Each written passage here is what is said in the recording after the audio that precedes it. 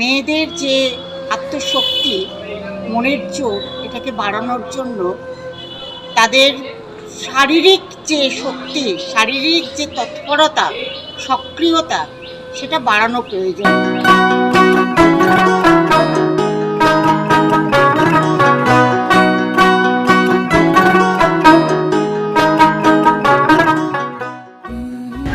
আজকে আমাদের বর্ধমান মহিলা থানা থেকে একটা উদ্যোগ নেওয়া হয়েছে সেলফ ডিফেন্সের। আমরা খুবই উপকৃত তার জন্য। আমি পশ্চিমবঙ্গ সরকারের এবং পূর্ব বর্ধমান জেলা পুলিশের এই অত্যন্ত শুভ উদ্যোগকে স্বাগত জানাই। ধন্যবাদ আনতে বলছি যে মহিলা থানা পুলিশ যে আমাদের জন্য এত বড় একটা সুযোগ করে দিয়েছে, এটা আমাদের খুবই উপকারী এখনকার দিনে।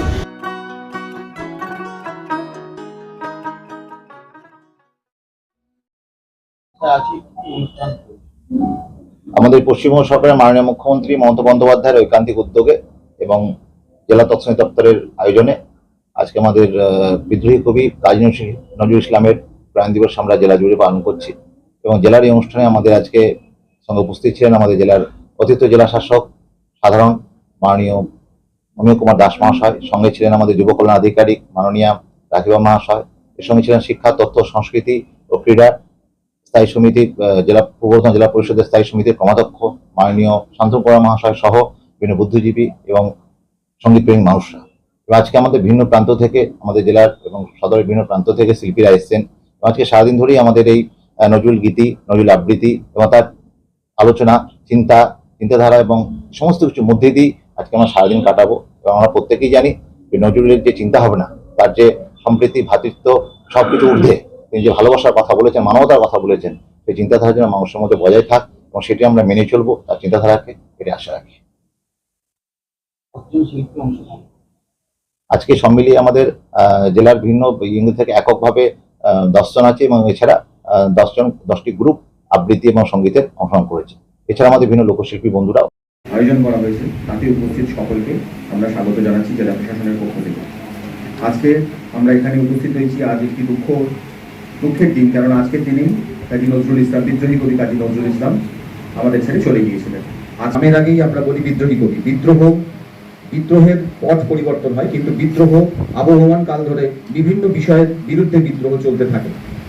যে বিষয়ের উপরই হোক না কেন, তার যে লেখনী, সেই লেখনী শুধুমাত্র বিদ্রোহের মধ্যেই সীমাবদ্ধ নয়। আমরা জানি যে তিনি তার মতো অসম্ভব প্রেমের গান, প্রেমের কবিতা বা গজল, যেগুলো আমরা এখনো শুনি, তার সেই ধারার উনি প্রবর্তক। এবং যে মানে জাতি ধর্ম নির্বিশেষে তার কলম যেভাবে বিভিন্ন সৃষ্টি করেছে আমাদের মধ্যে, এবং তার রচিত শ্যামাসঙ্গীত, এত অসাধারণ শ্যামাসঙ্গীত বা কৃষ্ণপ্রেমের গান, সেগুলো আমরা কেউ ভুলতে পারি না। সেই জন্যই উনি বলতে পারেন যে ওরা একই বৃত্তে দুটি কুসুম, হিন্দু মুসলমান, মুসলিম তার নয়নমণি, হিন্দু তাহার প্রাণ। যারা আছেন এবং আজকের এই কবি প্রণাম, অ্যাকচুয়ালি কাজী নজরুল ইসলাম সাহেবকে কবি শুধু বলা যাবে না, উত্থান শক্তি রহিত ছিলেন। তারপরেও বাকি যে সুস্থ জীবনটা, সেই জীবনে তার যে সৃষ্টি, তার যে ত্যাগ এবং বর্ণময় বলতে তিনি শুধু যে মানে কবি কাজী নজরুল ইসলাম বলে তিনি কবিতা লিখলেন তা না, তিনি সাহিত্যিক একাধারে, তিনি একাধারে বিপ্লবী, তিনি একাধারে যোদ্ধা, একাধারে রাজনীতিবিদ, ঔপন্যাসিক। কোন প্রতিভাটা তাকে তুলে ধরা যাবে সেটা আপনারা এই বিষয়ে সব থেকে বেশি ভালো বলতে পারবেন, কারণ একক ভাবনা চিন্তায় তাকে বেঁধে রাখা যায় না।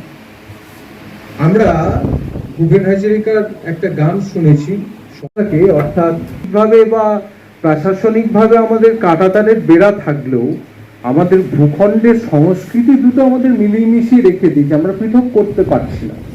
বাংলাদেশের উপর কিছু ঘটে গেলে আমরা যারা বঙ্গবাসী, এপার বাংলার যারা বাসিন্দা, আমরা হাঁ করে তাকিয়ে থাকি যে ওখানে কিছু একটা ঘটে চলেছে যা আমাদের কিছু হারিয়ে যাচ্ছে, বা ওখানকার কোনো উন্নতি যা আমাদের মনে হয়। বঙ্গীয় সাহিত্য সংস্কৃতি বা আমরা যারা বাঙালি আমরা এটা বলতে আনন্দ বোধ করি, আমাদের রবীন্দ্র নজরুলকে বাদ দিয়ে তো কিছু নেই, তাই মেঘনা জুড়ে আছে, এটা ঘটনা। তো কাজের প্রতি আমাদের একটা আক্ষেপও আছে, মানে ওনার প্রতি আক্ষেপ নেই, আর নিজেদের প্রতি আক্ষেপ আছে। আমরা যারা নিজেদেরকে শিল্প সাহিত্য প্রেমী হিসেবে জাহির করি, এটা ঘটনা যে একটা আর্থসামাজিক ভাবে সমাজের এমন একটা জায়গায় তিনি ছিলেন, তাকে আমরা বাংলাদেশ আজকে জাতীয় কবি বলেছেন, যথার্থই বলেছেন।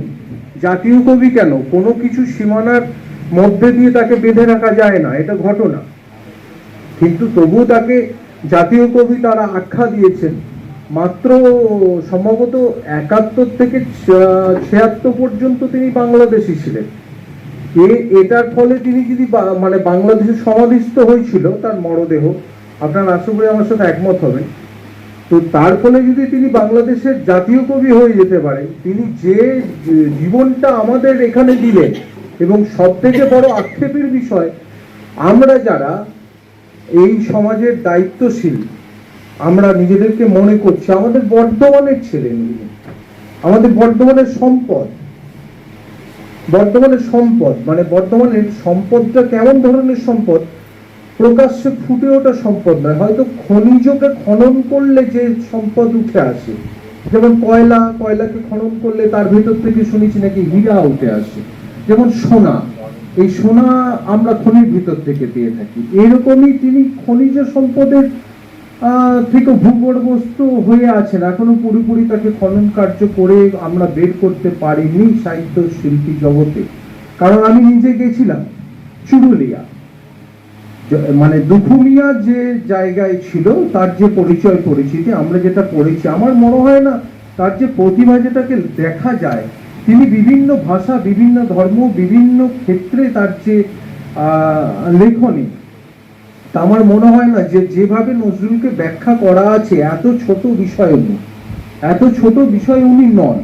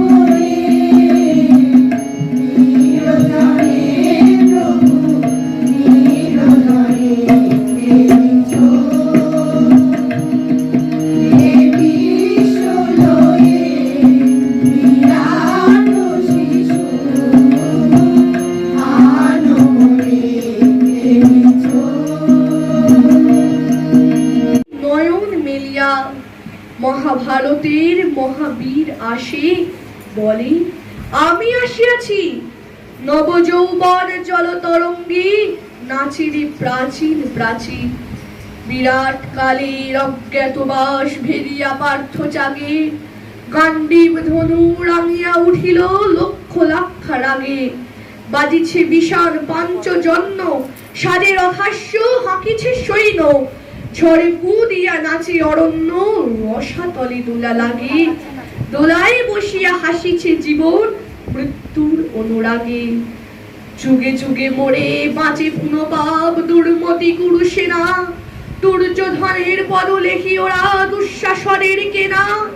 লঙ্কা কাণ্ডে কুরুক্ষেত্রে লোভদানবের ক্ষুদিত নেত্রে। হাসির মঞ্চে কারারে বেত্রে, ইহারা যে চিরচেনা।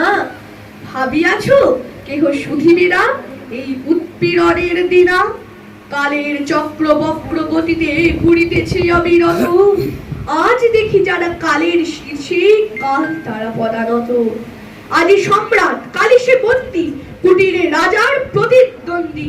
কংস কারায় কংস হন্তা, জন্মিছে অনাগত।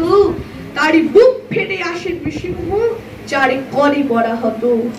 যুগে যুগে সেজে নব নব রূপে আসে মহাসেনাপতি। যুগে যুগে হন শ্রী ভগবান, যে তাহারি রথসারথী। যুগে যুগে আসে গীতা উদ্গাতা, ন্যায় পাণ্ডব সৈন্যের ত্রাতা। সশিব দক্ষ যোগে যখনই হারায় স্বাধীনতা সতী। শিবের খড়গে তখনই মুন্ড হারাইছে প্রজাপতি। নবীন মন্ত্রে দানিতে দীক্ষা, আসিরেছে ফাল্গুনি। জাগরে জোয়ান, ঘুমাও না ভুয়ো শান্তির বাড়ি শুনি। অনেক দধেছি হার দিল ভাই, দানব দৈত্য তবু মরে নাই। সুতা দিয়ে মোড়া স্বাধীনতা চাই, এই হোক অঙ্গীকার। জাগরে জোয়ান, পাত ধরে গেল শান্তির বাণী শুনি। দক্ষিণে করে ছিড়িয়া শিকল, বাম করে বানহানি। এসো নিরস্ত্র বন্দির দেশে, হে যুগ শস্ত্র পানি। পূজা করে শুধু পেয়েছি কদলি, এইবার তুমি এসো মহাবলী। বাঁচিতে বাঁচিতে প্রায় মরিয়াছি, এবার সব্যসাচী। যা হোক একটা দাও কিছু হাতে, একবার মরে বাঁচি। নমস্কার।